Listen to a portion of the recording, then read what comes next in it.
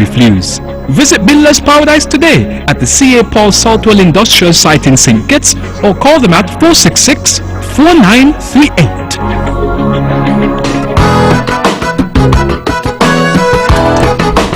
Good evening and welcome to another episode of Thought That Get Results.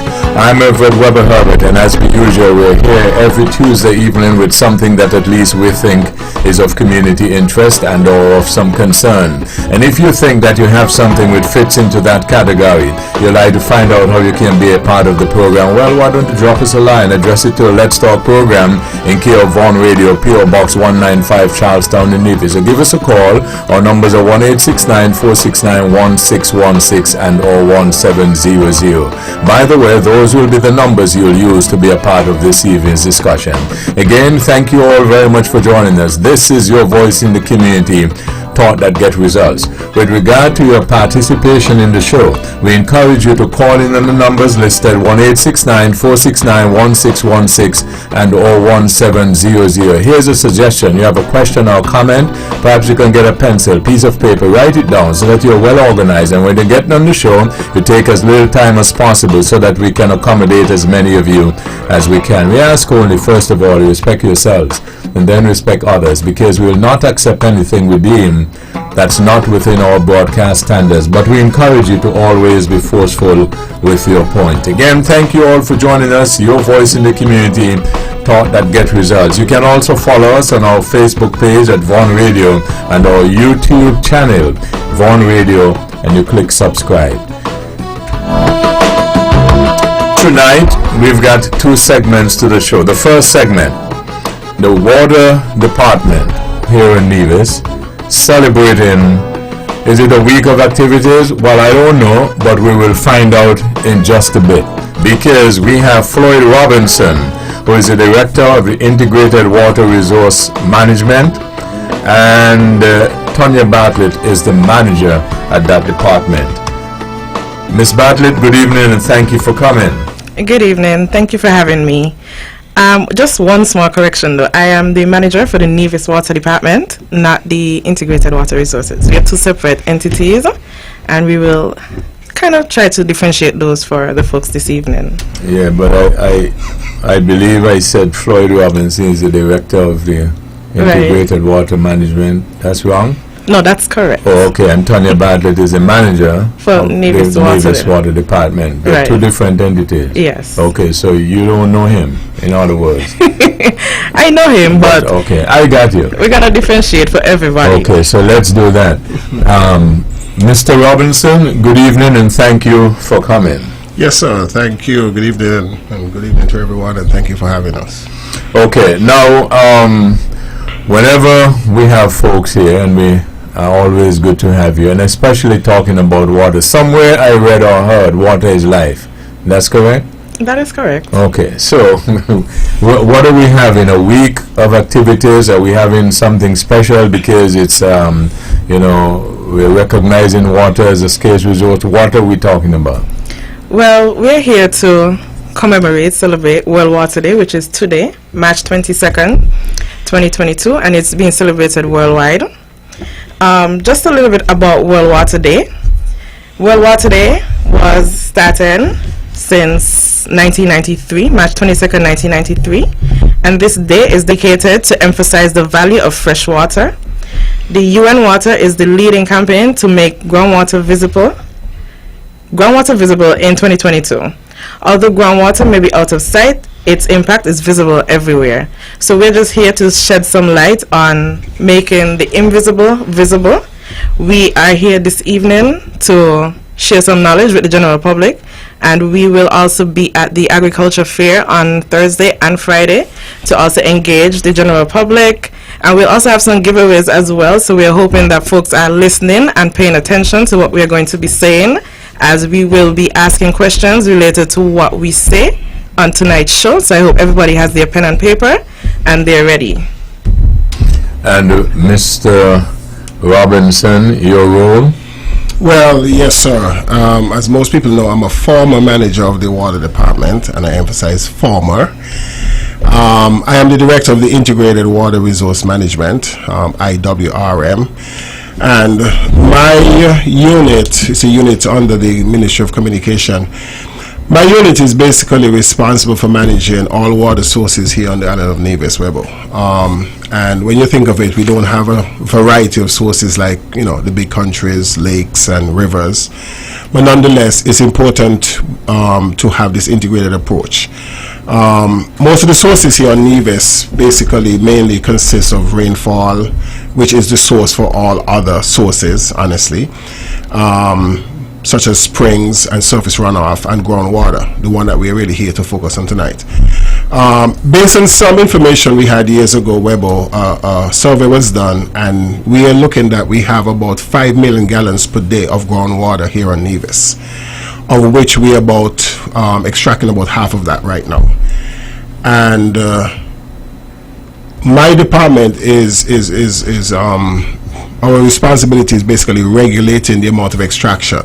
Water department is the only utility on the island, and so they're the main extractors. But we have people like some of the bottling companies, for example. They pull water from the ground too. Small compared to what water department does. So my job is to make sure that we are not taking out more than is recharged, which is replenishable, if there's such a word.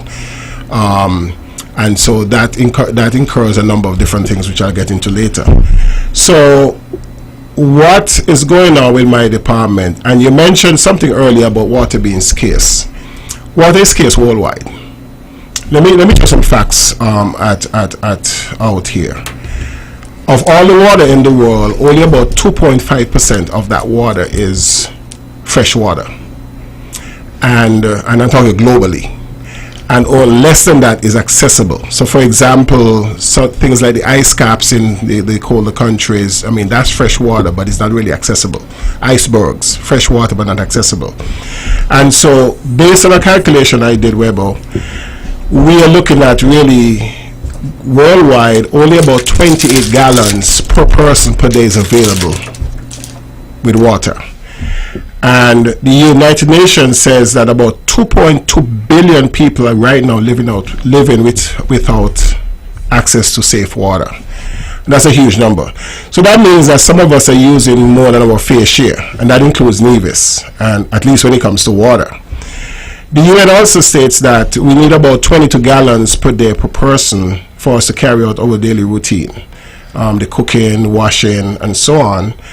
And based on our 2021 consumption from the water department, we are seeing that 92 gallons per day per person is being used. That's about 4 times what the World Health Organization / UN recommends. So we got some room to improve there in terms of the amount of water that we're actually using. Climate change, pandemics, wars, these things are forcing us to take stock of our groundwater, which is our main source. And so what, again, my department is charged with is really assessing this groundwater, making sure that we have enough for the future, because if rainfall is less, then it means that there's less opportunity for recharge.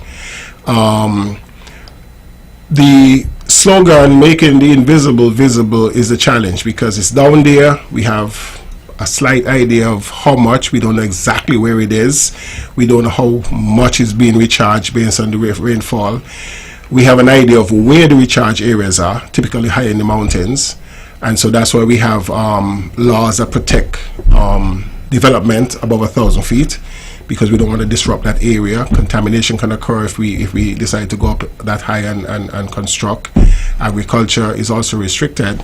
So basically, in a big nutshell, my job is to make sure that this invaluable source of groundwater is protected through regulation, which right now we are writing up some different policies so that the NIA can take to cabinet. And by the way, my office is only a local office. It's not a federal office.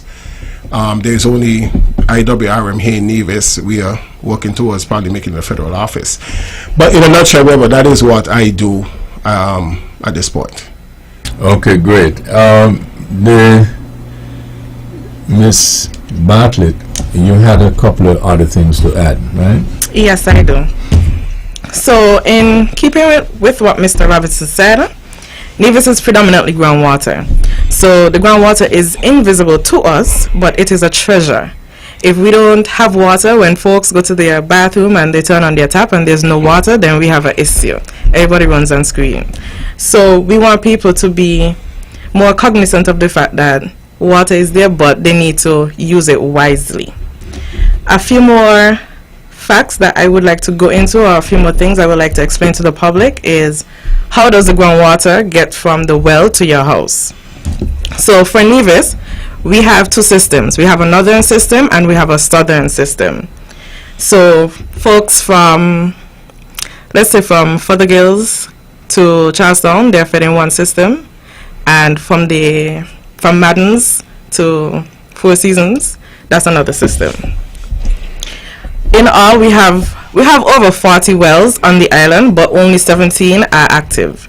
So these 17 are what we pump on a daily. That's where we get our water from. Nevis has, we do use spring water. We use the source. We use the Camp Spring. So we're more than likely about 94 to 95% groundwater, and the balance is surface water. We do have 14 tanks on the island in varying capacities. So they range from about 45,000 gallons to about 500,000 gallons. 500,000 gallons being the tank at Stony Hills. I don't know if anybody has seen it, but you can't miss it. Once you go to Stony Hill, it's right there, big and blue. So that tank holds 500,000 gallons. That's one of the largest. Spring Hill also has a large tank as well. If you're not familiar with that area, it might be hard to find, but it's right there. It's big. All of our tank sites, all of our tanks are very visible to the public so that they can see. So in all, we have a capacity of slightly over 3 million gallons to feed the entire island of Nevis. A few more things that we would like the general public to do is to have some collaborative initiatives. But we, as Mr. Robinson said, we need to have some collaborative initiatives in terms of policies being passed, implementation of policies to protect our groundwater resources, and that's on a ministerial cabinet level. We also want to have collaborations on the department level, especially with agriculture, because they are a major stakeholder for us, because agriculture is like food is life and they use a lot of water. We also want to have collaborations on the community level. We want to put out some conservation tips to customers and let them know, just give them an idea as to what they can do to play their part in preserving our groundwater resource. So some of those preservation tips are reusing your grey water for irrigation. I know we are not a culture to do that, but I'm hoping that some persons would look to this as an option. Instead of having your tap water and your bathroom water go down into your septic, you can channel that to a patch in your yard for irrigation water purposes. You can also use a bowl of water in your kitchen when you're washing. Instead of running the faucet, you can have a bowl filled with water just to wash your vegetables, and then you can use that same water for watering your plants outside. You can also reduce the washing of the vehicles. Yes, I know that one is touchy, but if you can use a bucket instead of a hose that's constantly running, that would also help. Installing efficient faucets and toilets. So those, I know some of the older toilets, they use a lot more water than the newer ones. If you are short on cash, an alternative to changing out your faucets and your toilets would be placing a bottle filled with stones in the tank of your toilet. And we'll have some demonstrations at Agriculture Fair on Thursday and Friday, so you can actually see it. So if you fill a bottle with stones and you put it in the tank, that kind of displaces your water, so your tank uses less water. So you have less water being wasted when you're flushing your toilet. When you're taking your showers, you can also turn off the tap. We did a visit at Jingoland Secondary School a few months ago, and it was very interesting. We spoke with the second farmers there, and one young man indicated that he has a whole concert in his shower, and his shower lasts anywhere between 15 to 30 minutes, which was very, very, very interesting. So we kind of asked him to dial it back a little. He can still have his concert, but turn off the pipe. Don't have it running. So you can turn it off, soap your skin, turn it on, wash off, and that's it. Get out. You can also use a cup of water to brush your teeth instead of running the tap.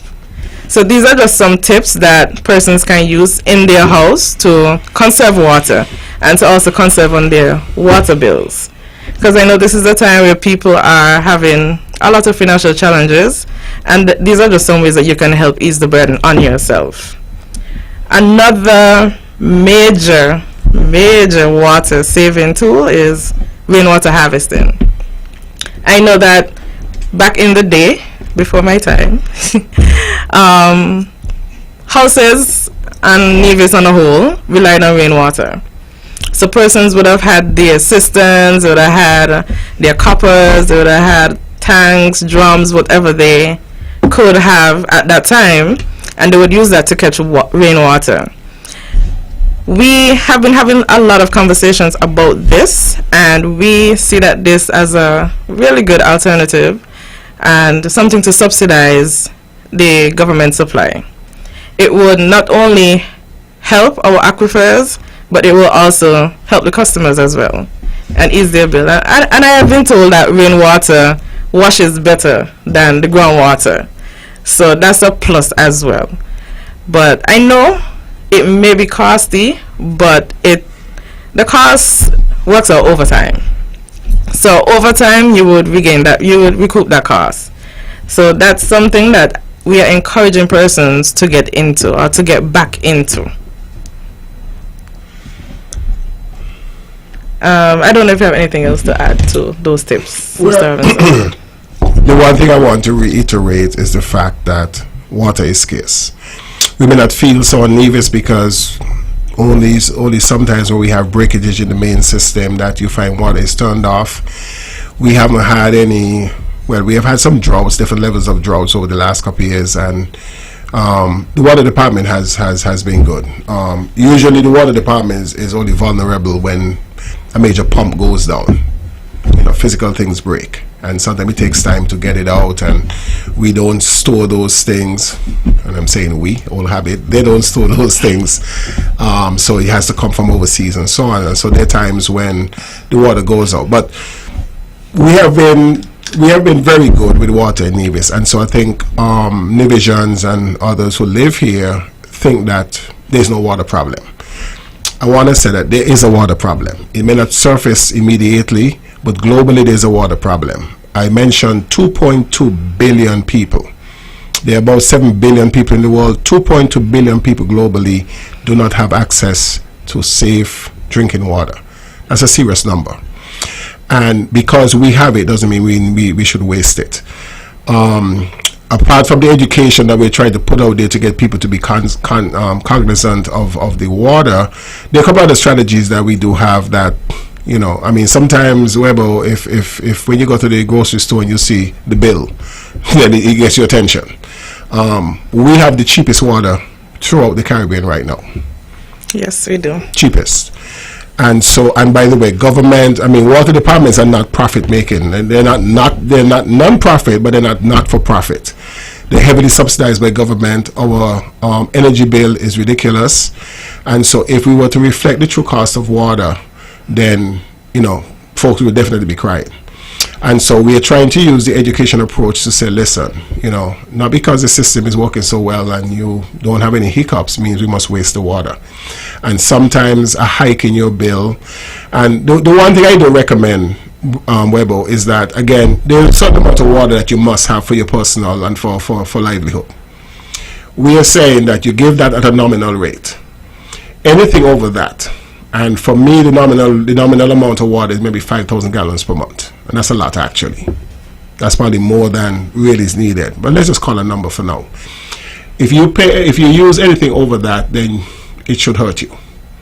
That should hopefully encourage you to back down and save. Turn off your lights when you want to save electricity bill, for example. When I look at my electricity bill and I see that the energy charge is as much as my other bill, you know, it gets my attention, and I think that's the way we have to head in the direction of water, to really get folks aware that it is a scarce commodity.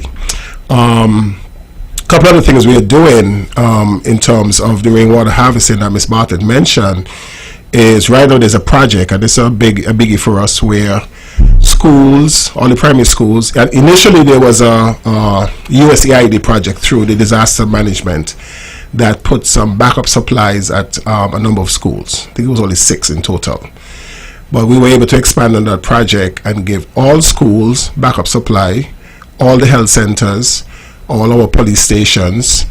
And the idea for the next step, now this backup supply is only really, that's water supplied by the water department. So in case the water goes out, they have water. Just recently, I think somebody called me from a school saying that the school had to close down because there was no water. So we're hoping to eliminate that kind of stuff. But the next step is to now attach the spoutings, so we will get rainwater supply, so they will not have to depend on the water department for that water. And then again, the wells could get a rest. We wouldn't have to be using the energy cost that's being used right now. When we say giving something a rest, and by the way, before I move on to that, the other misconception that we have is because it's raining, then everything is okay. Most of the rain that falls runs off, and even when there's recharge, it's not immediate. You know, so we need to not feel like because rain is falling and the water supply is okay. So those are some of the misconceptions we're trying to get rid of tonight, educating, and let Ms. Bartlett mention come Thursday, Friday. But this obviously has to be continuous. And I can't begin to stress to our listeners that not because we've been able to do a consistent supply of water means that there's water in abundance. There is not. Climate change has hit us hard. And frankly, we are running like chickens out of our heads, trying to make sure that we put corrective and adaptive measures in place such that it wouldn't hit us as hard. We would have feel the effects. And we're talking about a long period of time. Sometimes we're talking 10, 15, 20 years that sometimes doesn't register to the ordinary person. But those are some of the things that's going on right now. Okay. Now, Ms. Bartlett, you have some giveaways, you have some questions you want to ask. Why don't we do this? Why don't we ask them, and in between people can, you know, win them as the case may be. Well, and yes, go ahead. Well, we want to encourage them to visit our table at the agricultural fair on Thursday and Friday.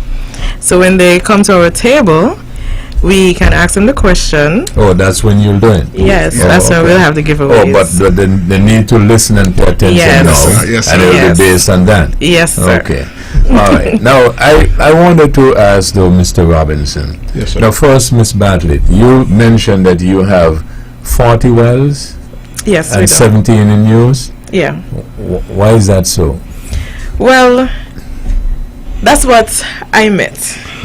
So that's what I meant in place. So we do have some boreholes at different locations. I'm assuming that based on previous drilling expeditions, that some were not as successful as we would have liked them to be.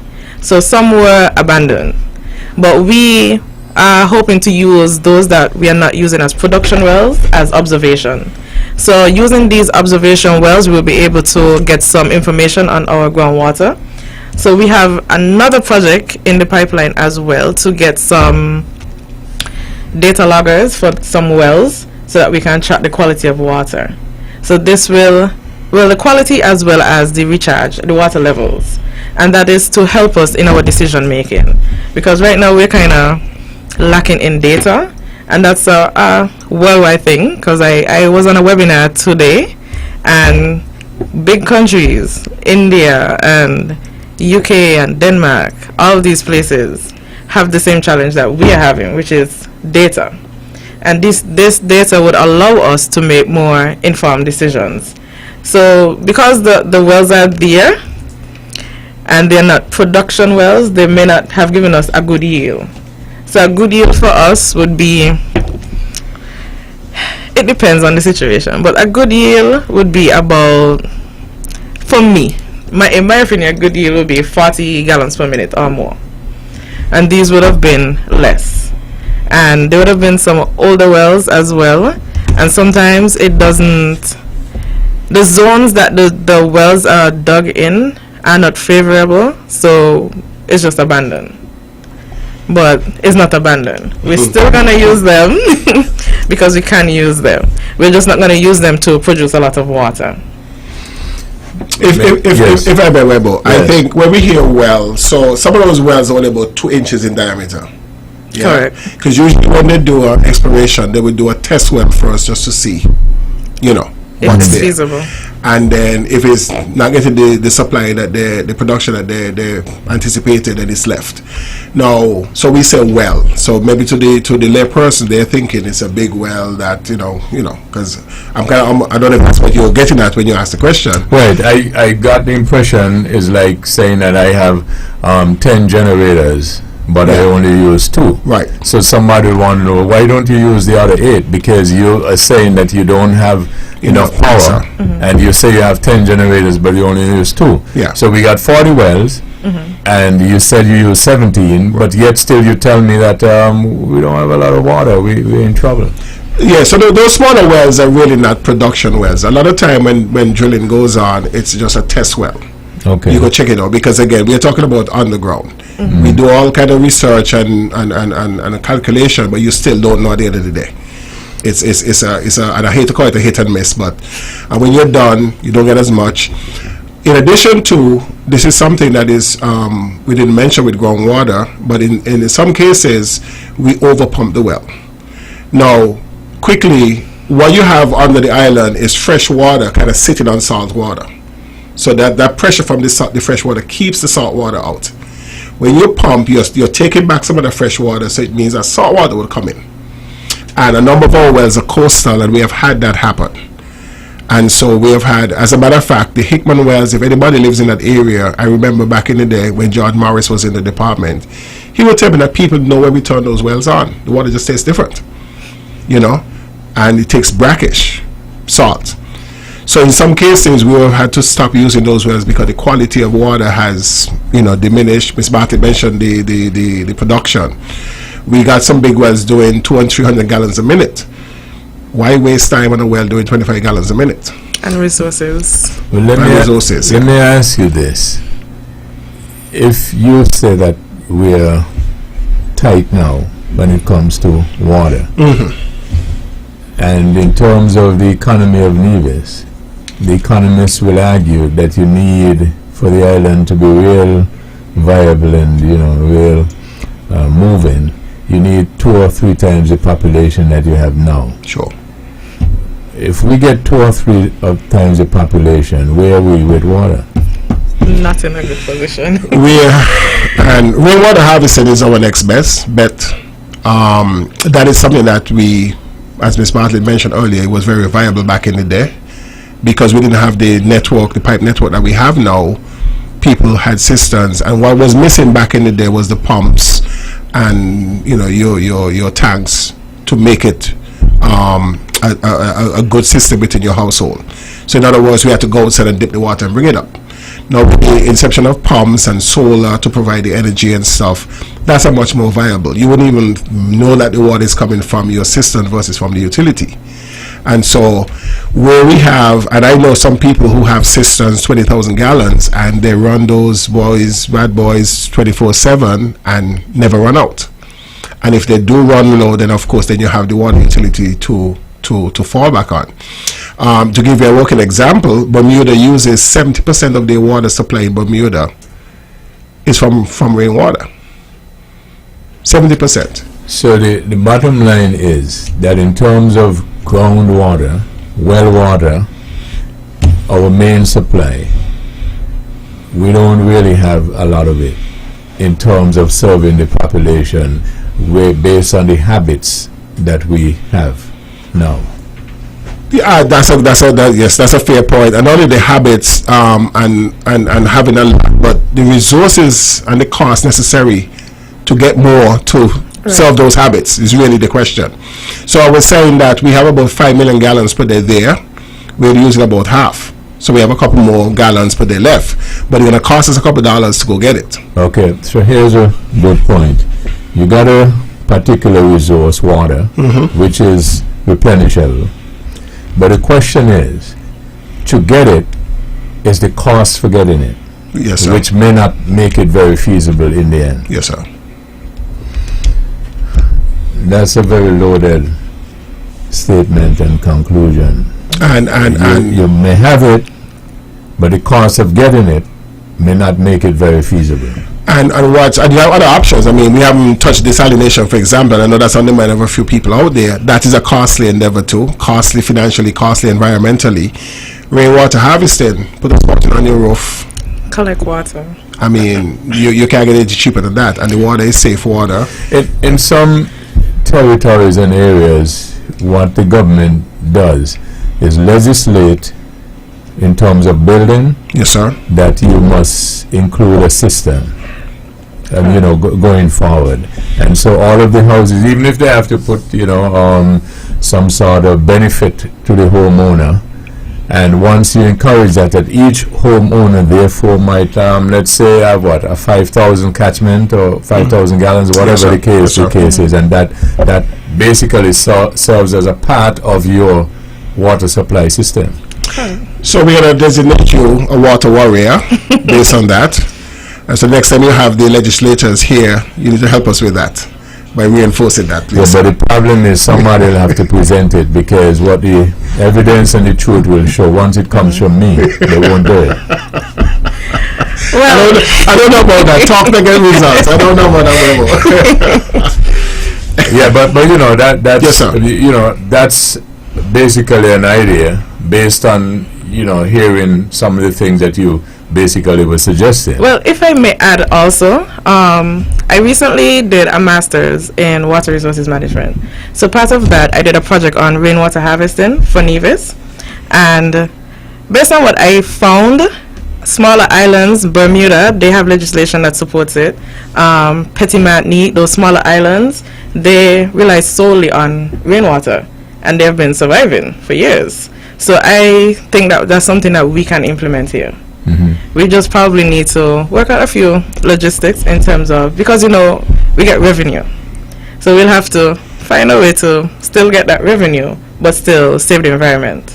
Right, but you'll get the revenue, but because the point is that people continue using the water. Yeah, well, Right. yeah. And so all you're doing is just helping with the supply of it, and once it's there, people use it. So one doesn't have to be timid about that. Do you want to trade seats, sir? 'Cause I think you're making valid points, sir. I'm just thinking. Now, Yes, sir. the other thing is that Miss Bartlett, this will be for you in your position. You have a lot of tips that you're saying you will share some coming up on the weekend at the expo, right? Yes.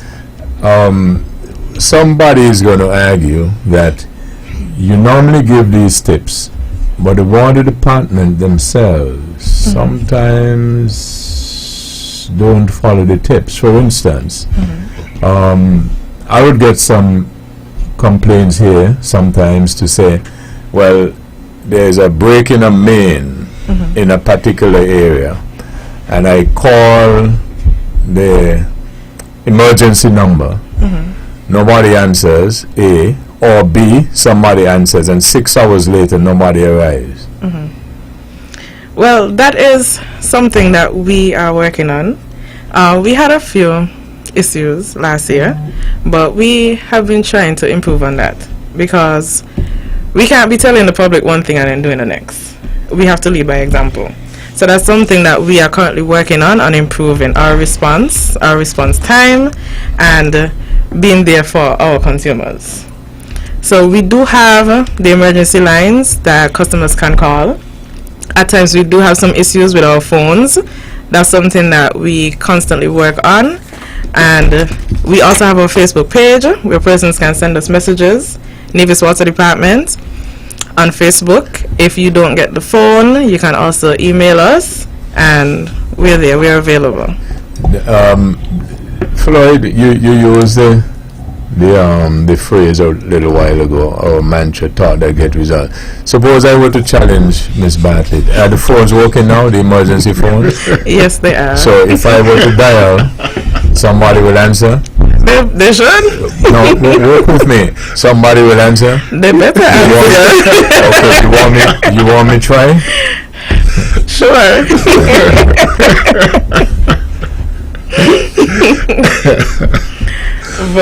But so don't try. Give us a chance. Okay. No, it's just not. But so I do don't- understand, because that's a complaint that I have received from a lot of persons. So we've been trying. It takes a little time for us to get where we need to be. So we're making small improvements over time. Okay, but the bottom line is that it's very important. You're saying that we get with the program, and the water is very important. Notwithstanding, Mr. Robinson said that you get in water basically every day. It's scarce. Yes, sir. It is a scarce commodity. I mean, I don't know how much more I could emphasize that. And I guess through education, we keep beating the ground, letting people know that, hey, this is a scarce commodity and you have to treat it as such. Even though the cost doesn't reflect it, it is a scarce commodity. And as you were talking about different policies, like I mentioned earlier, the cost is something we have to look at to see if we could get people's attention. We don't want to, water is almost like air. You can't charge so much for it because the poor man will die. I mean, put it in simple. But it has to be in such a way that people would pay attention to the fact that a lot of money is being put into this, is being invested into this. I mean, quickly, Hamilton, new tank, roof on the old tank, a filtration system, we're talking 5 million EC plus. And that's since I've been here over the last 2-3 years. Ms. Bartlett, I want to give you an opportunity because you said that, you've heard the complaints of people from different areas. One of the things that they've been complaining of late is that their bills are very high. I want to give you the opportunity to explain to the public why their bills are very high. That one is tough because I don't live in their house. So that's the challenge. So I don't know how persons use their water. But what I can encourage persons to do is to check their meters. We put out some tips on how persons can read their meters, because I know that's a challenge for persons. They don't know how to. So that's something that we're trying to, educate persons on. We have some work to do in terms of probably doing a video to show how to read your meter so that they can record their readings as well. Because some persons are at home when the meter readers come around, so they can record their reading and match it back to their bill. We've also done a poster on how to calculate your bill, so persons are aware how and what their rates are. If they're not sure, all the information is on our Facebook page. If it's not there, they're free to call us, email us, Facebook us, smoke signal us. We'll respond and share the information. But sorry. Yes, go ahead. But persons need to be aware of their house. Sometimes we have running toilets that we are not aware of. So you have to continuously check your toilets for sure. That's a strong area to check. When your bill is high, check your toilets. Because there may be an issue with your toilet. Check your faucets. It may be drip, drip, drip, drip, drip, but it adds up over time.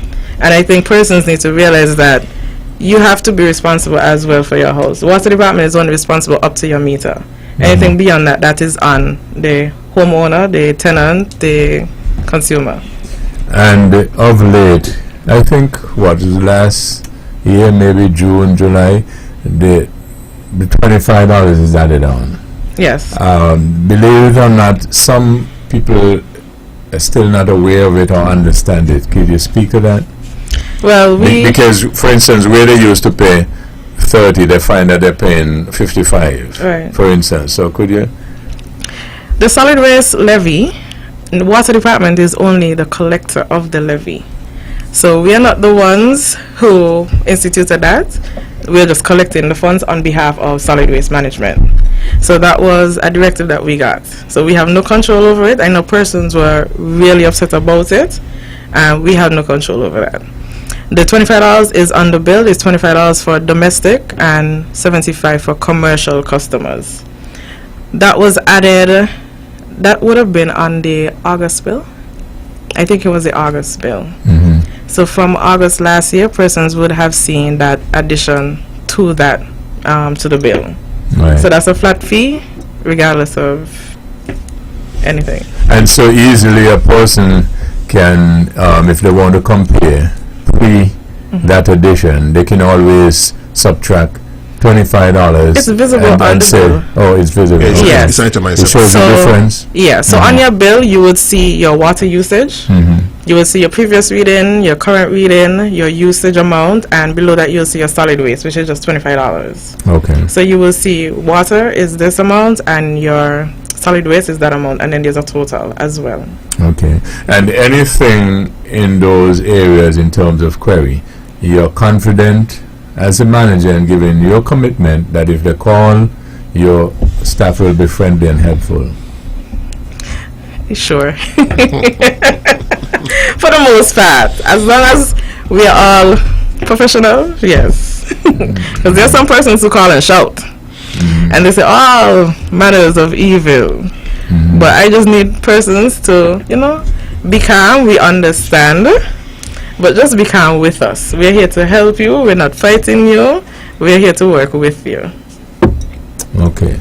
All right. Is there anything else that we got to get in? Floyd? Just a reminder about the open day, Thursday and Friday. Check your notes, giveaways, and a reminder that water is scarce. Water is very scarce, actually. And just commending the water department for doing a commendable job that people don't realize how tight things are. And just again, really thanking you, Webbo, for having us, giving us this opportunity to share with the general public. Okay. And Miss Bartlett?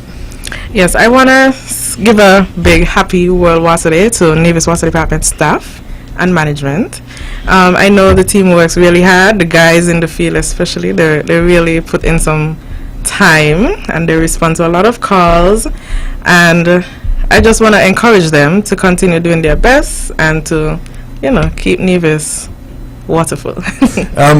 Floyd, before we go, Yes, sir. I just want to join on your vast experience that you have had and ask this question. What is in your view and your professional evaluation of the quality of water that we use, that is, distributed by the water department? Because there was some time that some people began to throw some question marks against it. I don't know why, but what is your view of the quality of water that is pumped to us?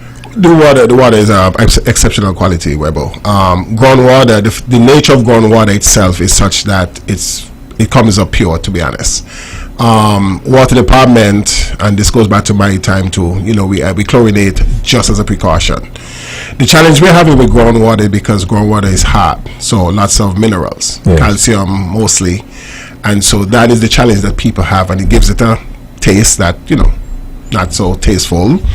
But in terms of the safety of the water, no question whatsoever. No question whatsoever about top quality water that's being served up in here in Nevis. Okay. I want to add yes. something to that. Sure. We do test the water every month. So the water is tested every month. We do our routine tests with health. So they're there as well. And we do have the results, and those are circulated. Okay. So that's it? That's about it. Thank you, sir, and thanks to everybody for listening. And again, come win some prizes Thursday and Friday. Okay. Thank you very much for coming in and speaking with us, and wish you all the very best. See you on Thursday. Yes, sir. Appreciate you. Thank you. Tanya Bartlett, manager of the Nevis Water Department. Floyd Robinson, director of the Integrated Water Resource Management. The second segment will be up right after this.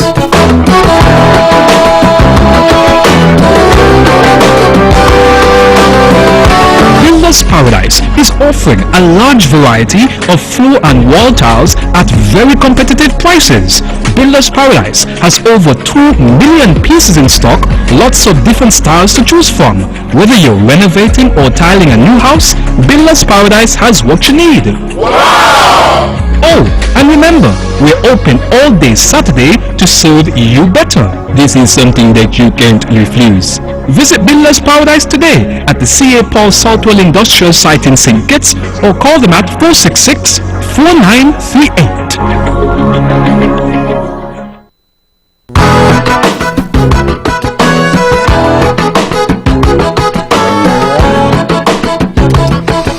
This is Thought That Get Results. Our first segment featuring Floyd Robinson, the Director of Integrated Water Resource Management on Nevis. Tanya Bartlett is the Manager at the Nevis Water Department in the Nevis Island Administration.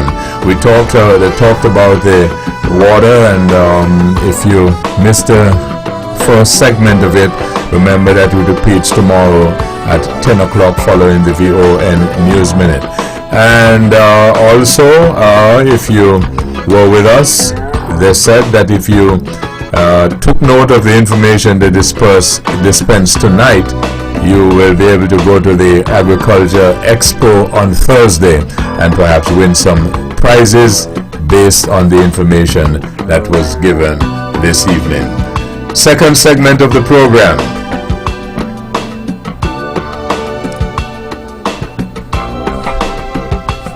Conrad Nair Liebert, good evening.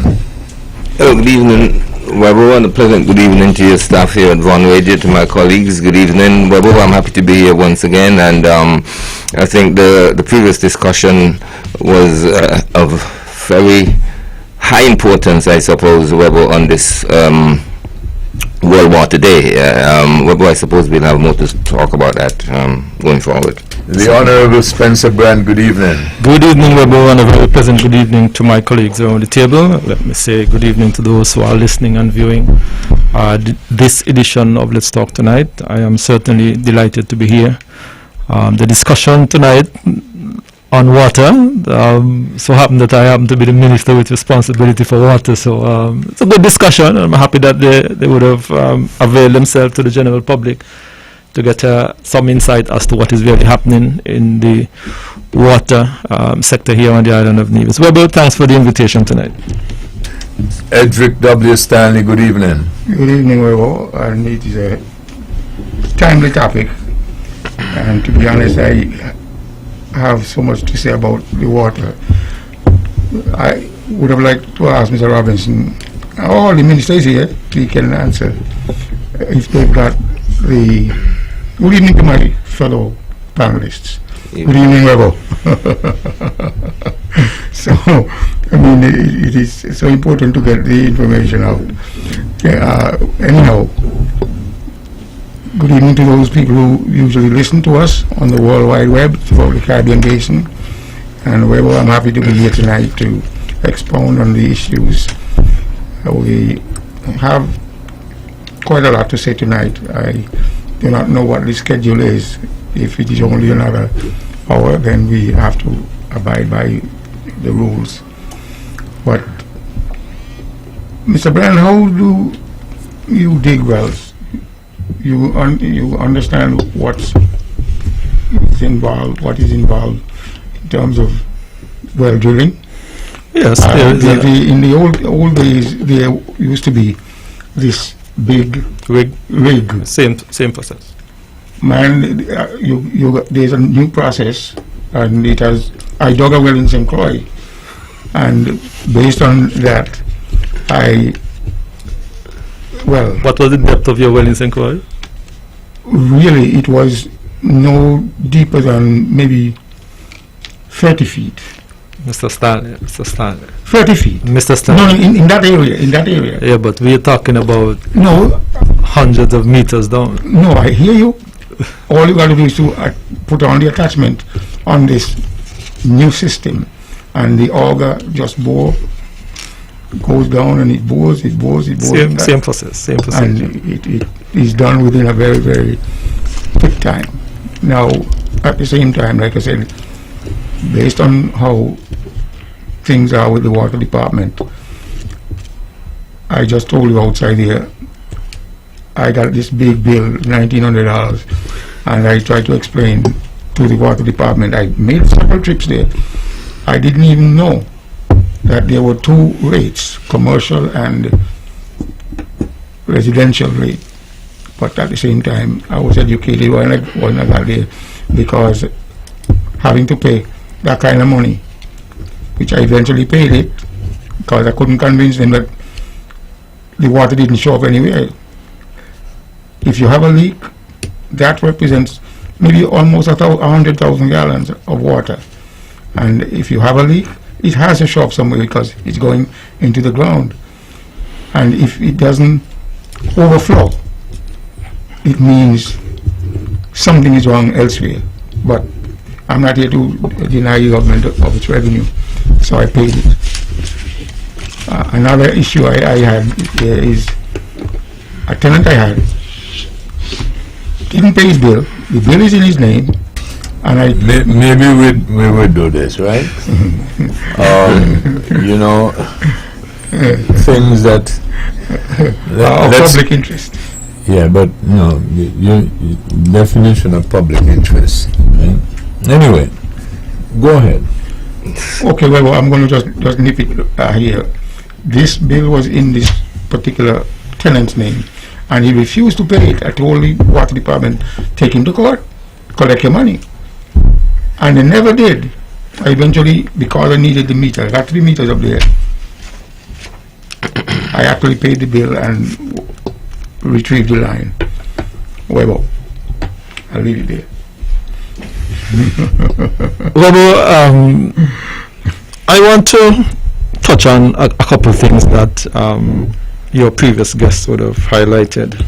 The matter of legislation / policies, and I think it was Mr. Robinson who would have indicated that oftentimes they have breakdown in the system, and a lot of the spare parts or repair parts are not necessarily available at hand or available on island.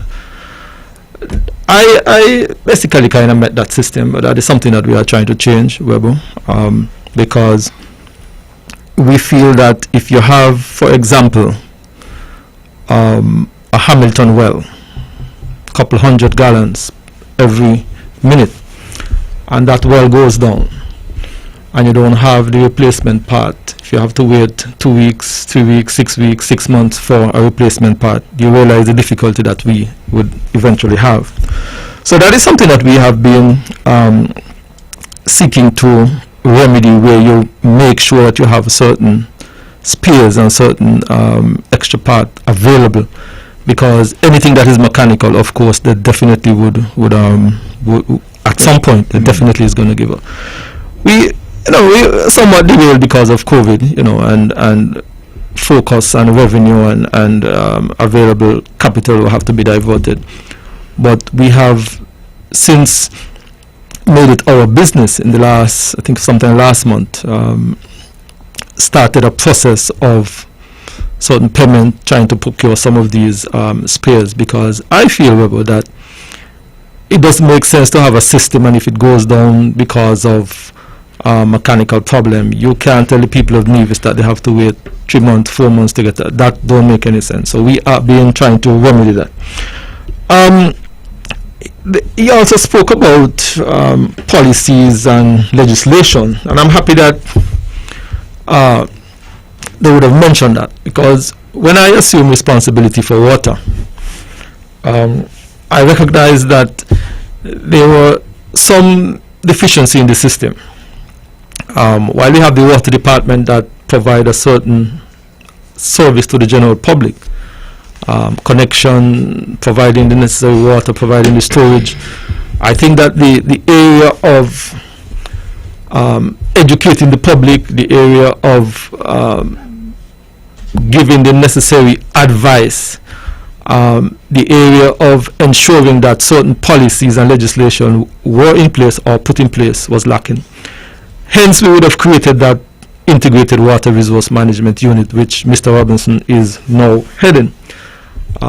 He basically is charged with ensuring that some of these policies and certain legislation and so on are drafted, of course, with the ministry and legal department and the input from water department.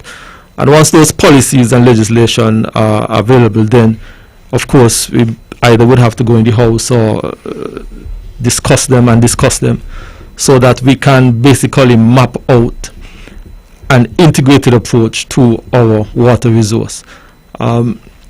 As I spoke about what is happening in Bermuda as it relates to rainwater, we do sadly also waste a lot of rainwater here on the island of Nevis. And we are absolutely convinced that the harvesting of rainwater or a more significant harvesting of rainwater can change the dynamics here on the island of Nevis. And that is something as well we have made some amendments to we have introduced some regulations as it regards to home construction. And one of the regulation that we have stipulated that persons ought to ensure that there is some water storage capacity, either by cistern or by some other tank storage, because it's very important. We are in a hurricane zone. The system can go offline for one reason or the other, and we want to make sure that if those things were to occur, that people would be in a position to have access to potable water, and that is critical. He mentioned, Webbo, they mentioned that there was 14 tanks on the island of Nevis, and since I became minister with responsibility for water, there were a number of those tanks, storage tanks that were, as we would say, already past their sell-by date. We had one in Hamilton and we had one in Pond Hill. We have since replaced the one in Hamilton with a 400,000 gallon storage capacity, and we have also replaced a roof on an old stone tank there. When I came as the minister, the roof of that tank was virtually sitting in the stone tank, and I said this can't make any sense. So we would have gone in and reconstructed a roof on that tank, and we are expecting that would add some additional storage capacity in the Hamilton/Charlestown area. Pond Hill works is going to get ongoing very shortly. The tank is already here on the island. We have some civil works to do, and once that is done, we would see a brand new tank in the area there in Pond Hill, and that is going to feed places like Morning Star, Church Ground, and I think it's going to go all the way down to Cherry Garden. So that is a very important storage facility, and it will be a very important storage facility for the island of Nevis in that area. So while there are some challenges, I believe that we continue to make some strides. We also were embarking on some drilling, and I know Mr. Stanley spoke about his 30 feet well that he would have dug in St. Croix. That was an initiative that we kind of get stuck on because of COVID, and we still recognize that there need to be additional, I don't necessarily want to say additional, but new sources of water, because the previous guests would have spoken about the 40 wells and the amount that is in use. I think that oftentimes, and a lot of these wells have been in use for 20 plus years. They are tired, and so we basically need to ensure that we can introduce new sources of water. The water is there, we just need to get to it. But I thought that I would respond to your previous guests on those few areas. And I think, Webbo, that while we continue to ensure that we can provide for the people of Nevis an acceptable amount of water, I want to encourage our people that, and I think that our previous guests would have indicated, we are still the cheapest anywhere in the region. And when I became the minister, I moved it from $10 to $13. It was a 30% increase. It sounds like a lot, but it is still nowhere where it should be. We buy a bottle of water for $5 and we are paying a couple thousand gallons for $10 or something. So you see, and it's a resource that is extremely precious. We really can't do without it. And I would hope that the general public would appreciate that while at times the water may be off, and there are numerous reasons why it is, I would encourage our people to try as far as possible to pay their bills, pay them on time. If there are issues, I'm hoping that they can go in and have a conversation and try and resolve those issues. But I think that we are in a comfortable place. We still have some ways to go. We still need to be a bit better off. But I think that we are putting the necessary mechanisms in place to ensure that we can make certain decisions based on the information that we have before us. Minister Brand, you proposed let me ask this, Mr. Brand. Well, I got to tell you, first of all, that we got some good information. Yes. From thing in your department. And every time maybe we have discussions like these, people would say, well, we need to have more of them. But seriously, I always believe that people should give information. Information used to be and still is power. And I think that if you're in anything and you're able to first give people information and make your case, half the case is over. Because a lot of the times we act or react based on ignorance, and I'm not saying it in a negative sense. I just mean that you just didn't know. In fact, a gentleman called me recently, and to his credit, I won't mention his name. I'll just give the information to show. And he asked me a question in relation to a particular department of government. He opted to call me off air, but he wanted to call on air. And there's certain things I believe in solving problems. And based on what he asked, and he was, sort of upset about it. And I explained to him, that might be because this is how this works. However, I knew the permanent secretary involved. And I said to him, if you don't understand the explanation I give you, why don't you call so-and-so permanent secretary and they'll explain it to you. Well, I saw the permanent secretary the next day, and the permanent secretary told me he did call. But before that, when I explained to the gentleman, he said to me, Mr. Webbo, a simple question could solve a lot of confusion and problem, because he was obviously upset, frustrated, and irate.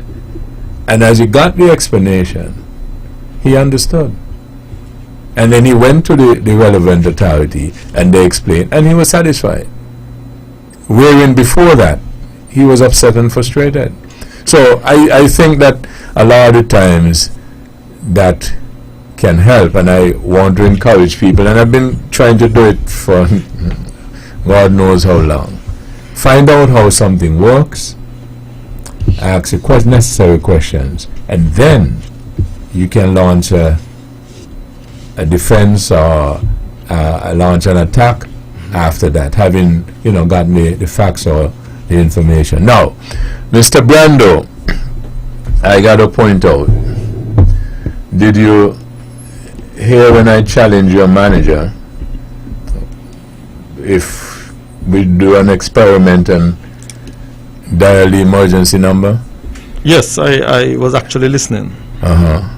You like that, and did you like the response? I wasn't comfortable with it, Webbo, because I think that that's why it's called an emergency number.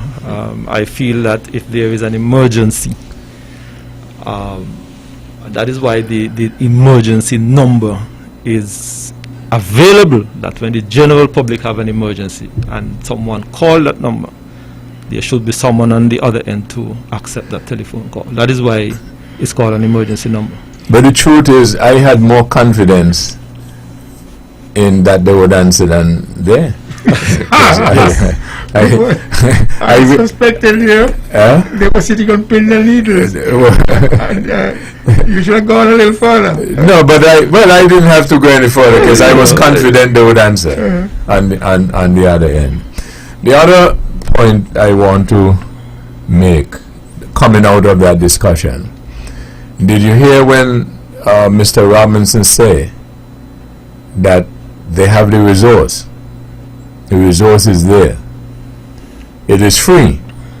All you have to do is get it. The challenge they're having is the cost of getting it. Yes. And that's not the problem. Having gotten it, the feasibility of now saying to the public, here is the water, but you have to pay X amount. So it may not be feasible. I highlighted that. At that time, I highlight it now because you will hear it again from me. Webbo, I heard the comment by Mr. Robinson about the cost, and we are very cognizant of the cost. But I believe, Webbo, that we really have to get an appreciation and understanding of the importance and the value of our water resource. Like I said, when I became the minister with responsibility for water, and I did a simple analysis of a bottle of water. You go in the park, a sporting event, you go to a shop, you pay $5 for a bottle of water, and we increase it by 30%. It is still not where it should be, and I believe every right-thinking individual should understand and appreciate that. Right? It is important that the general public get an appreciation of what really goes on behind the scenes. There is a lot of resources that is being expended to get the water to your tap. We would have undertook a CDB project here some years ago that really transformed the distribution system throughout the length and breadth of the island of Nevis. That was a multi-million-dollar project. We have continued to invest in storage tanks, the length and breadth of Nevis. And as I said, we have another one right here on the island of Nevis. To get this resource to the general public, it takes serious expenditure. And the government over the years have continued to subsidize our water department. There must come a time when, and I know politics and politicians don't really like to talk about increasing prices, but the reality is, Webbo, that the present price of our water is unsustainable, and that is just the reality of the situation. It is. We have been fortunate that government have subsidized it. We have been subsidizing our farmers, trying to encourage them to plant more and our people to eat more of what we plant. So there has been a lot of subsidizing of the water to get it to the general public. But I think sometime in the future, I can't say when, because this would have to be a buy-in not only of cabinet, but I think that the general public would be able to appreciate what it is that we are trying to do to offset some of those costs. But it is really not where it should be, Webbo. Yeah, but you know, I could have a debate with you on that, but that's for another occasion, right? Because you can now come into your philosophy and the purpose and the reason and the function of government. Yes. Because I can argue that you can get the water at a tremendous cost, but the public doesn't necessarily have to pay a tremendous cost or a higher cost. But again, that's for a full debate. Naya, you wanted to get in? Yeah, I just wanted to say, Webbo, I don't want to say I'm satisfied, but the water department has been doing a good job. If one reflects upon the days gone by, really, Stanley always liked to talk about when he was much younger and so forth. There was the water situation in Nevis used to be bad. Really, really serious. Just a reflection on for a while. I could remember, I grew up in Stony Grove on Pump Road, and people used to come all the way from church ground with buckets and pans. By the police station. Yeah, down to our yard sometimes, up to the dump in Government Road, Central Government Road, for water. Water used to be a bad situation around here. And we have seen some massive development in water. Water is coming through the pipes of mostly everyone, and of course we do take it for granted. And I must say, and I agree with the minister, water is not expensive in Nevis. We've been getting water dead cheap, and I always wonder, well, how this can happen, really. Recently, people has been quite concerned about the rising water bill because I think they have added it to the garbage collection and so forth, and people have a lot to say about that, really. But water in particular has been pretty cheap in Nevis, and we have seen over the years a steady increase in the availability and the certainty that water will be coming through the pipe. I know, like most emergency number, not just the water department, even the police, you call and nobody answer, and nobody is there. And so that is something we got to deal with. But I must tip my hat to the whole water department and how we have seen over the years that gradual increase in water coming through the pipes, and our confidence that water will be coming to the pipe. Of course, Ireland can't develop without a good water system or resource or good water availability, and so that is a challenge for most of the islands, really. I've been told many years ago that the next the Third World War is going to be over fresh water, and as Floyd Robinson keeps saying, water is a very, very scarce commodity.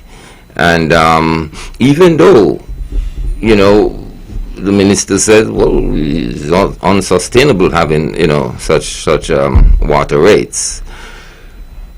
Government should always be willing to share a part when it's going to create difficulty in terms of existence as it relates to such important commodity like water. So to be quite honest, I do think, even though it's very expensive to continue to bring that amount of water and clean and healthy water to the pipe, I don't think the customers should bear the brunt of it all, and I don't think any sensible government would allow that too. I agree with the idea of legislation and policies. If that's the situation, I suppose they should advocate that people build a system again. I mean, that used to be a big thing back then, but I think that have kind of died over the many years. People somehow don't like system, including me.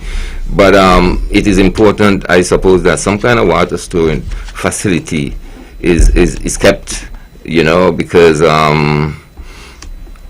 the resource is not truly unlimited, and what you have noted, Webbo, is serious. That the resource is there, you can get it, but it's going to cost a lot of money, and that must erase the feasibility of even getting it. And so that in itself is a bit worrisome, and I'm sure every individual can help along the way by having that consciousness to be keen about the usage of water, and to be aware of the drip and the leaks in the house. These conversations were very important, very important, because I'm sure a lot of people out there feel just a little more relaxed now that they have heard the high cost of bringing water and the quality of water which they're going, and relatively water is so cheap here on Ireland. It is cheap, and so I think generally, I mean, when Floyd came on board, it was almost like a bit of a renaissance with the water department. You know, we started seeing some water is life, and there's that renewed consciousness. I like that, and I think the island administration, I won't knock them about water at all. Well, But the other thing, quickly, Mr. Byrne, which was, brought out and made a suggestion, maybe you all can, maybe we can look at it, is the legislating, the systems and stuff like that and so on, that helped in terms of the stock. And the other point where I asked Mr. Robinson about the safety of the water. And again, it comes down to information, and maybe because I'm in this particular field, because sometimes I don't get part of certain conversation, but not too long ago, people were spreading certain information. I actually heard Mr. Brantley passionately defending it, and so I asked Mr. Robinson what was the situation with the quality or the safety of the water that we drink, and I guess you all heard his response on that. So things like that are very important also for the technocrats to give the public, who are not basically interested in being mischievous, what the facts are as they stand. Okay, well, I mentioned about the 25-foot well that I had dug, but over here at Nelson Spring, I had a piece of land over there, and in that low-lying area, Water is right there. water is right there. I put a gas cylinder before I did the build-up or to put more earth on the piece of land I had over there. Right, that gas cylinder, I put it in, I took it out, and I was able to put my hand right down there and bail water. It was no deeper than 2 feet. So in the areas, low-lying areas, we know that water is available from those low-lying areas. Yeah, the water table is high. As a result, people have to put in place, not necessarily the government, a system. At the same time, if the government is going to do a water storage in that low-lying area, it would have to, in fact, come up with a pumping system for distribution. On the system aspect of it, as I told Naya outside, well, it was a short conversation. In St. Croix, nobody gets government water. You are mandated to build your house with a cistern, and I never had any problem in terms of running out of water, because you manage your resource. The same water bill that you are having a problem with, if you were to put that money into the cistern, you have it, and you don't have to worry about paying government for a drop of water. And I could tell you, it is less costly for you to put in a cistern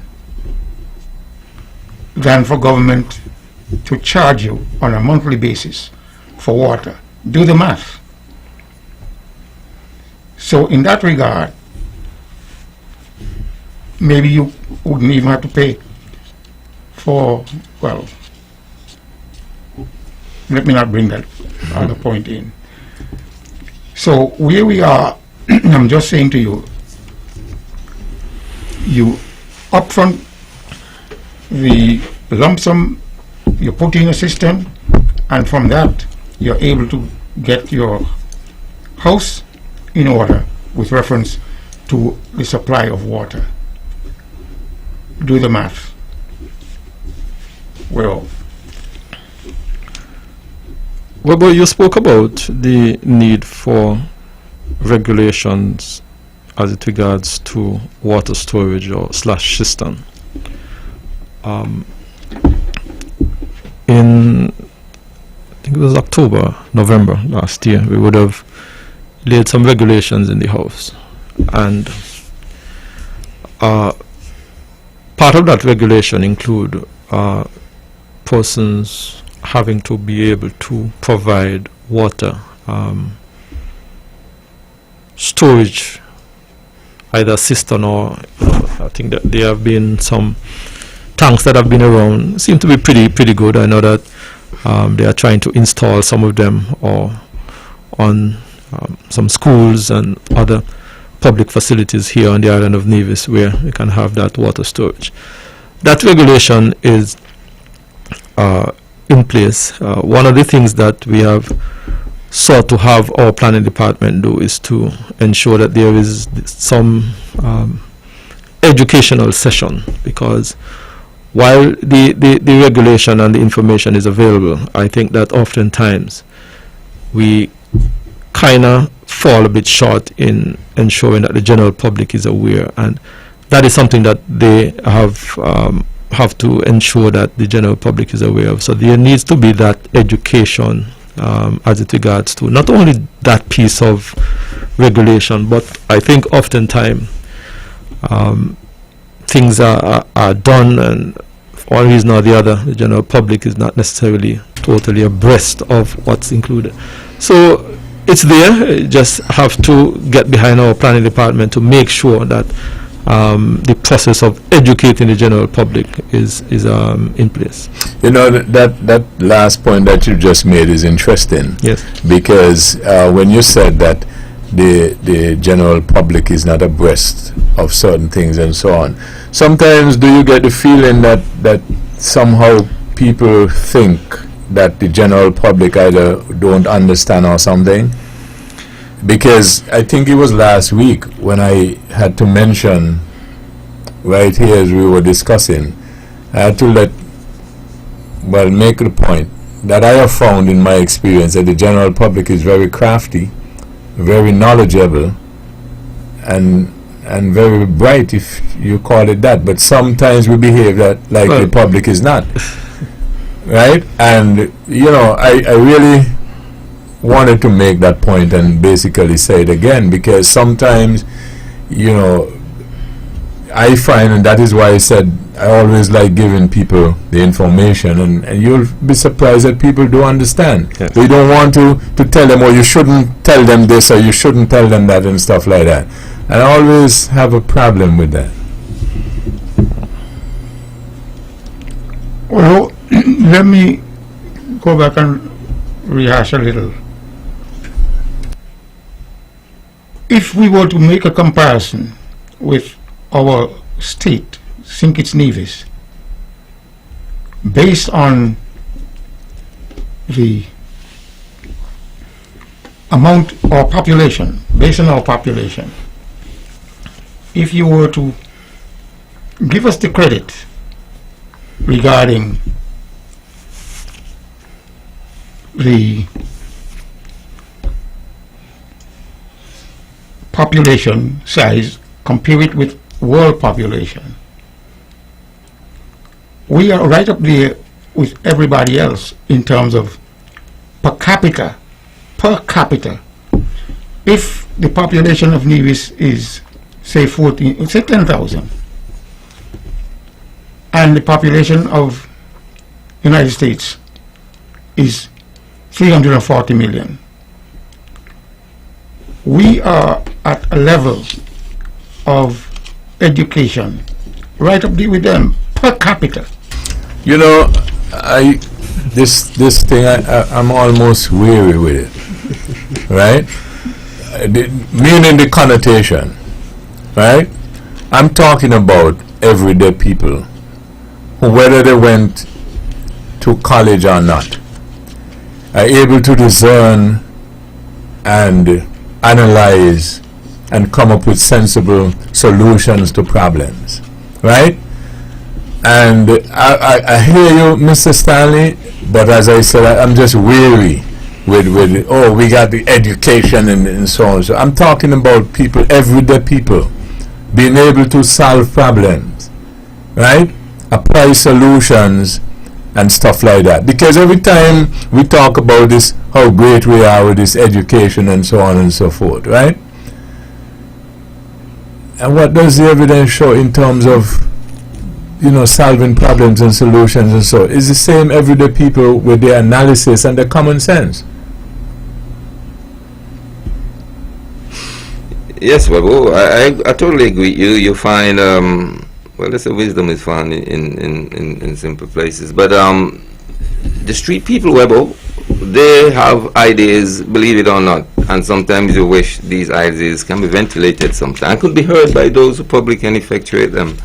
But yeah, we do have that problem, you know. It's an attempt to classify the people sometimes, you know, a bit of class distinction sometimes, you know, based on, you know, education and so forth, and, you know, the so-called untouchables, you know, that, you know, feel that way about themselves sometimes. It's not a good thing, Bible, because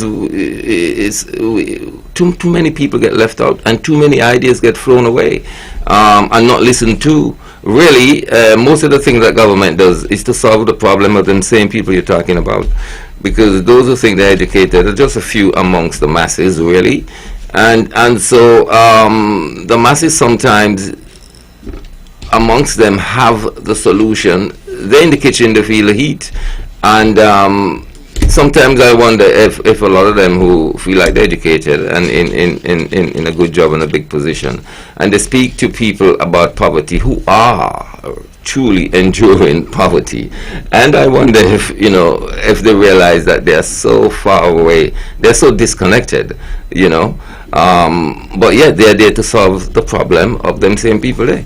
So we need to listen some more and probably open ourselves to every and anyone, and probably pick the good out of it all. Good doesn't always come from the educated.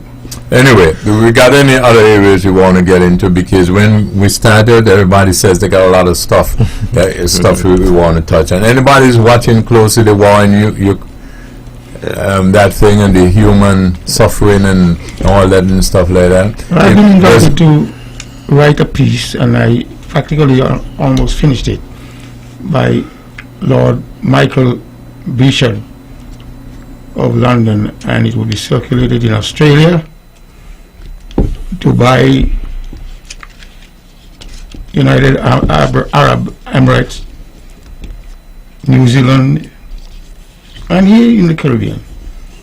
At the same time, I have to give those people who give me the invitation to write the piece on the war between Russia and Ukraine. I mean, I've got maybe about 2,000 words already. But what I'm saying to you is that I told Niall, and we had a caller who said there won't be a war. And I'm saying to them, there is going to be a prolonged war. And take it from me, Vladimir Putin is not an easy fellow to deal with. But people like those, they should have been seen long time ago and be stamped out, and don't allow to have the enormous amount of power and influence, because they're dangerous to the free and a stable world. They, in fact, would inflict pain on people who they think they can control and don't think they will suffer the consequences. But I'm saying at this juncture, we as a people, as a race, as a world, we have an obligation to fulfill certain God-given authority. At the same time, man has given us a certain amount of power and authority. But we reach to a certain stage where that power and authority is abused to the extent where the terrible suffering in Ukraine cannot, it's incalculable.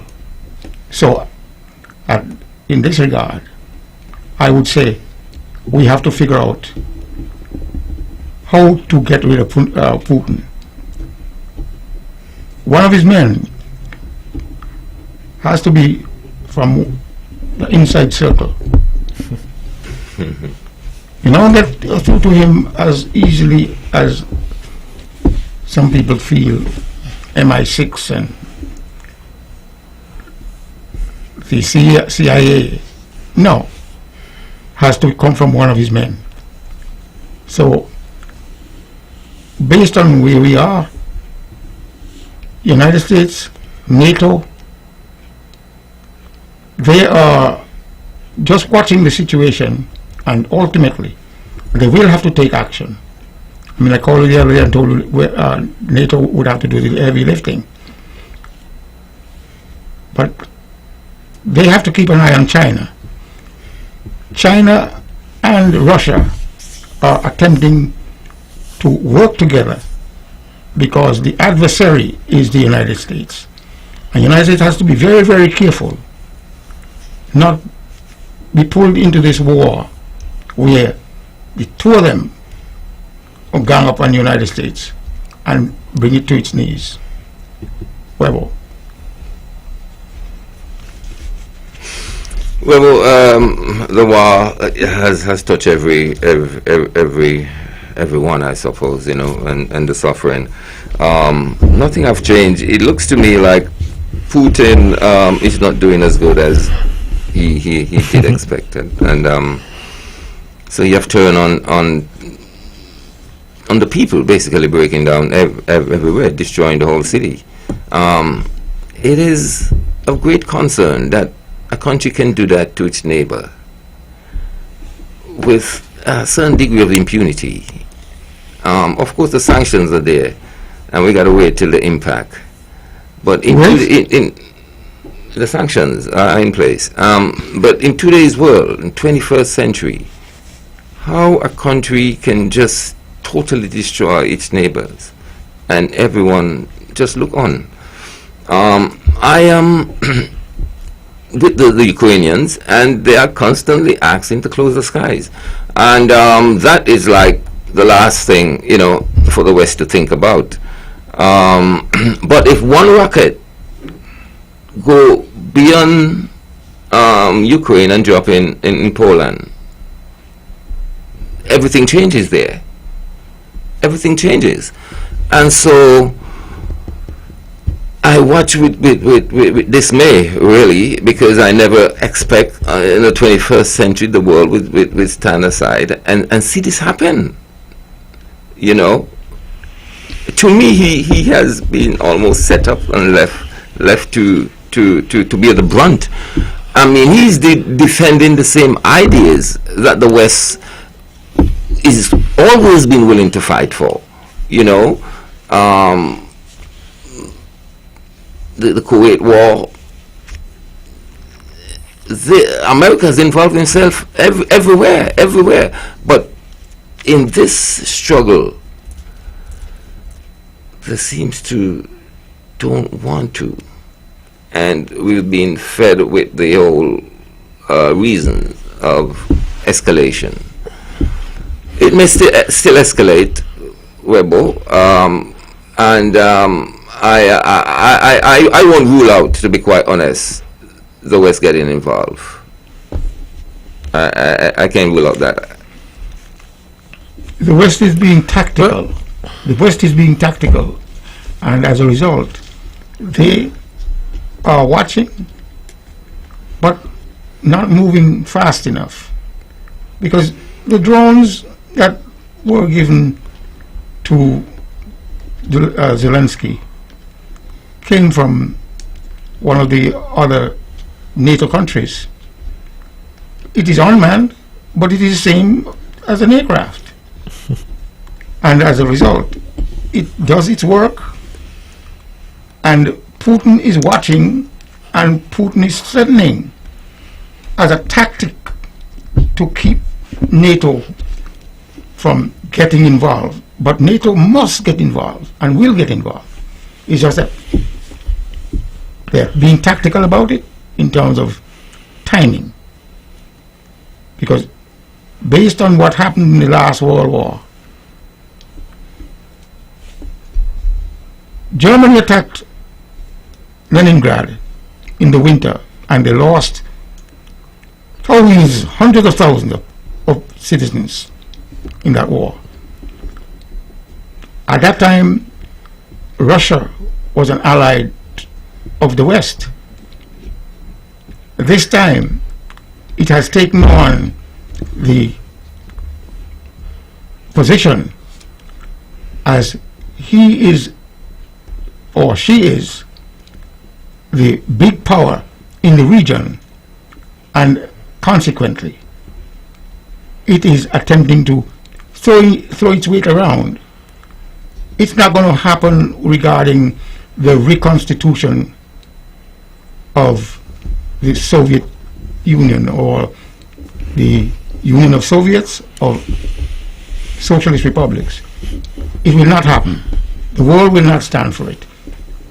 Therefore, I'm saying to Biden, fulfill your role as the leader of the free world and tell NATO, let's go forward and take on Russia and stop the refugee crisis that has been brought about by the invasion of this crazy man. Webbo, I'll leave it there. Webbo, a few things that kind of jump out at me about this war. When we think about the might of Russia, quote unquote superpower, the advancement of Russia have not been as quick as I believe that most persons thought would have occurred. I think that the resistance of the Ukrainian people is really coming to the fore. And I don't believe that the leadership of Russia had any inclination that they would have still been bogged down at this stage, trying to get where they want to get to. That is one. The other thing that jump out at me, Webbo, is the kind of indiscriminate bombing of what I call soft human target. Residential building, hospitals, schools, those kind of target. And because of that kind of because of those kind of target that Russia have targeted, we have seen a massive exodus of millions of persons from Ukraine. And that in itself is creating numerous challenges for neighboring countries to Ukraine. It is also creating, Webbo, this war is also creating another situation in Africa where a number of countries in Africa have already been struggling with famine and starvation and so on. And a lot of resources that were earmarked for some of those countries in Africa have been shifted to Ukraine. It is compounding a situation in Africa where a lot of the food, aid and so on, that was earmarked for those countries are not coming. And I think it was just two or three nights ago, I look at a documentary, I think it was Al Jazeera, one of those stations, that have highlighted the situation there in Africa. That because of this war, the focus have now shifted from aid and these kind of humanitarian supply to Africa, to Ukraine. Stanley speak about the West going to have to get involved. and the possible tag team or teaming up of China and Russia to take on the West. That, I believe, is being tried to be avoided at all costs. Because while the West is saying that they are supporting Ukraine, and while they are placing these sanctions on Russia and all of these billionaires that is close to Putin, they are not prepared to put boots on the ground. They are not prepared to put aircraft in the air. Once boots from the West and aircraft from the West are in the area, then the entire dynamics of this whole situation is going to escalate to a point where we can very well see World War III. And the consequences of that, I believe, would be catastrophic. So there is great hesitation by the West, by NATO, to really get involved physically in this war. No, they're Because being of- tactical. Yeah. They're being tactical. And what I'm saying to you is, once they get involved, they're going to unleash, all hell going to break loose on the USSR or Russia. I am fully convinced that NATO will get involved. Fully convinced. Because the world cannot sit by or stand by idly and allow Russia to get away with invading its neighbor and unleashing that kind of firepower. It is incalculable based on the amount of suffering. 10 million people already left Ukraine and have gone to the neighboring countries, more so Poland. All over. But as far flung as the United States, and therefore that kind of refugee problem that has been created by the invasion of Russia, of its neighbor, Ukraine, the world will not stand by, cannot stand by. It has a moral and legal obligation to, Well, in I think fact, get involved and attempt to stop Vladimir Putin from escalating and destroying a smaller country. This is unheard of. Well, not really unheard of, but it will not be tolerated. But like I've said, I might sound like a broken record. NATO is looking at the tactical approach led by the United States as to when and how to get involved. Well, NATO was formed for the very reason of keeping peace and keeping Russia at bay. and keeping Russia at bay. I believe if they cease to get involved, it would set a bad precedent.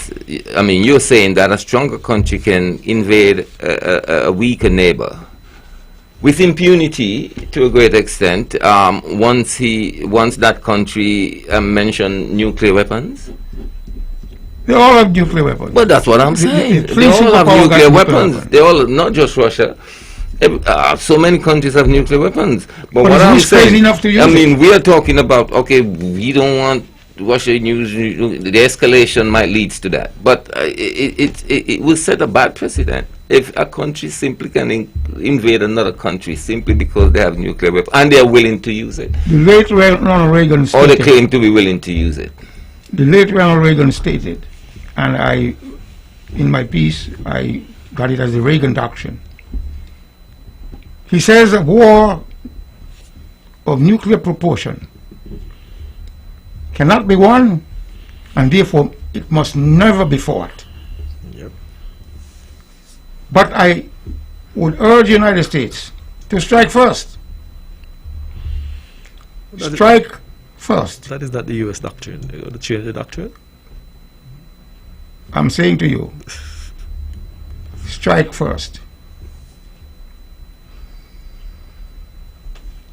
Unleash your nuclear power on Vladimir Putin of Russia. In the last World War, when the kamikaze took on the United States in Pearl Harbor, Yes. 2 bombs were dropped on Japan, in Hiroshima and Nagasaki. Hiroshima. Japan was brought to its knees and understood the firepower of the United States. And I'm saying to Biden, strike first. Well, Spencer. I'm saying... Okay, what else we got? We got just a couple of minutes. You know, we've had a lot of discussion over the past week or two. And, you know, what I think people who did not, were not aware, beginning to understand. A lot of things are not as simple as people put them sometimes. And even I listened to the discussion and the debate as to when people might say, well, if I have a point to make, how I must make it and when I must make it, etc., etc. The idea about a debate in life is to, as I would put it, get results in what you are doing. And sometimes, for instance, I might have a little debate with you, and you might decide you're going to, let's say, use a sword, and you also want to dictate how I must respond. But life doesn't work like that, right? Sometimes you have a debate, a discussion, and even as Mr. Stanley was just talking about in response, in reference to the war, some people move in a tactical, diplomatic way. And again, very importantly, as we discussed, and I had a discussion with a fellow today, and he was talking about a particular topic, and for instance, he would say, well, Mr. Stanley is in a particular position, Naya wants to get there, and all Naya does is criticize Mr. Stanley, but he has to persuade him that he will do better than Mr. Stanley, as the case may be. So all these are things, and that is why I said that it is very important for us to engage, have discussions, and you may well find, as I say, if you put that out to the public, you may well find that the public is smarter than you think.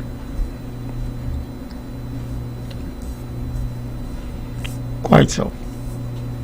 Well, You know,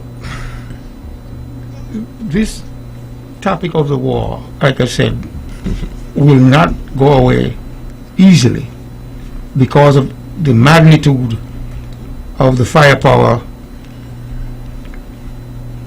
of Russia and the firepower of NATO combined with that of the United States. And as a result, if China were to accept the invitation of helping the USSR or Russia, sanctions that have been levied on Russia would also be levied on China. That's it. And therefore, China has to play the game of non-alliance and stay neutral. It voted neutral in the United Nations, and therefore it must stay neutral in this game because of the sovereign sovereignty of Ukraine that has been violated. Its sovereignty has been violated by the invasion of Russia. And as a result, the people are being displaced. Human suffering has escalated, and it has become incalculable regarding the escalation of the human suffering. You know, People who are in Ukraine currently, they're frightened and fearful as to what's going to happen. They don't even know what's going to happen in the next hour. And therefore, they are attempting to do whatever they can for survival. Some people have made the decision to stay, and some people have made the bitter decision to leave. But they're still worried about what's going to happen to their country. And in that regard, men of a certain age have been told by Not to leave the country. Volodymyr Zelensky not to leave the country and to stay and fight. Now, Putin has been worried about NATO getting closer. So when he takes over Ukraine, where does it draw the line? It is drawing the line Closer to NATO. closer to NATO. And therefore, the argument of NATO getting too close to its borders does not hold water. Is a non-starter. And therefore, the world must understand that Putin is bluffing, he's lying, and ultimately he will defy a lot of what the West is expecting. But I am saying from the mic of Von Radio, and I hope Biden can hear.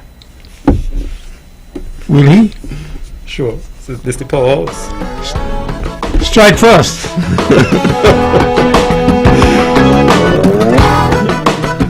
That's the last word. And this program repeats tomorrow at 10 o'clock following the VON News Minute. Join the Honorable Mark Brantley tomorrow evening at 8 o'clock for On the Mark. Thank you all again for joining us. This is your voice in the community.